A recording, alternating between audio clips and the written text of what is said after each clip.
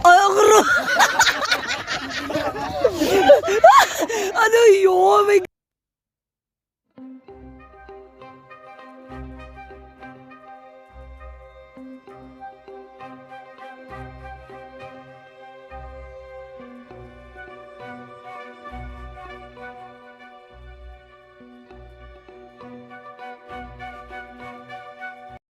Hi guys! Welcome back sa aking mini vlog. So for this episode ay magkakaroon nga kami ng isang Christmas party. At dito nga pala namin naisipang ganapin sa may Pilinvest Center Park kung saan ito nga yung home base ng Alabang Skaters PH. At nakahanap na nga kami ng pwesto dito sa may bandang damuhan. At take note, nagdala lang kami dyan ng mga potluck. Kung ano lamang ang mga dala namin pagkain, ay yun lamang ang aming pagsasaluhan. Bago namin simulan ang aming Christmas party, ay nagkaroon nga pala kami dyan ng isang chill skate. At dito namin nakilala si Alfred at si Emar. Maya-maya ay bumagsak nga si Emar. At nag-ikot-ikot nga pala kami dito sa may park. Dahil sobrang ganda at kumukutitap ang mga Christmas light. At sinimulan na nga namin yung aming Christmas party. Sinimulan nga pala namin dito sa isang palaro at tinatawag nga pala ito na The Longest Line. Sobrang saya at active nilang lahat. Halos lahat ng gamit na meron sila ay isa-isa nilang hinuhubad at nilalapag nga dito sa may sahig para mapahaba. Sobrang saya. Kahit yung mga tao ay nakikinood sa amin at nakikitawa. Humiga pa nga sila dito para manalo kaso natalo pa rin sila. Ilang saglit nga lang ay naipit yung kwintas ni Dan sa may tiles at pinilit namin kunin. At tuloy-tuloy pa rin dito ang aming mga palaro. Second round nga pala ito. Ito yung tinatawag na pass the message. Kaso, ang mechanics nito ay kailangan mong hulaan yung i-action ng kasama mo para manalo kayo. At syempre, meron yung papremyo.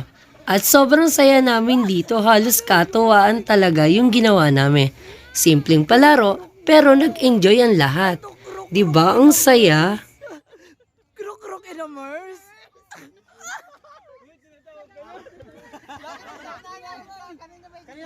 Kanino ka sabihin? Dito na, sigaw mo na. Ibon. Kasi wala naman kami ano ba yun? Mali.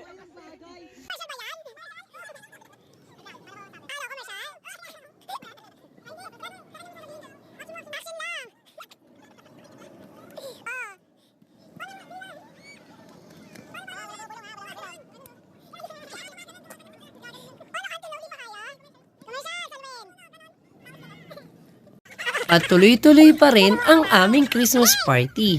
Ito nga pala, yung pinakahuling games namin na sobrang nag-enjoy sila. Sobrang saya nga nila dito.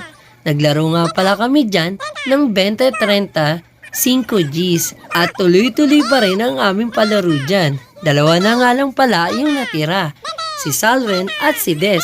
Siyempre, matira matibay dito para lamang wag magkamali. At sobrang tawang-tawa kami sa kanilang ginagawa dahil wala talagang nagpapatalo. At ito yung the moment of truth. Alagang todo-todo na sila dito. Kung sino na lamang yung manalo, ay yun na yung magkakamit ng papremyo mula kay Marcus. Siyempre, nanalo nga pala dyan si Des.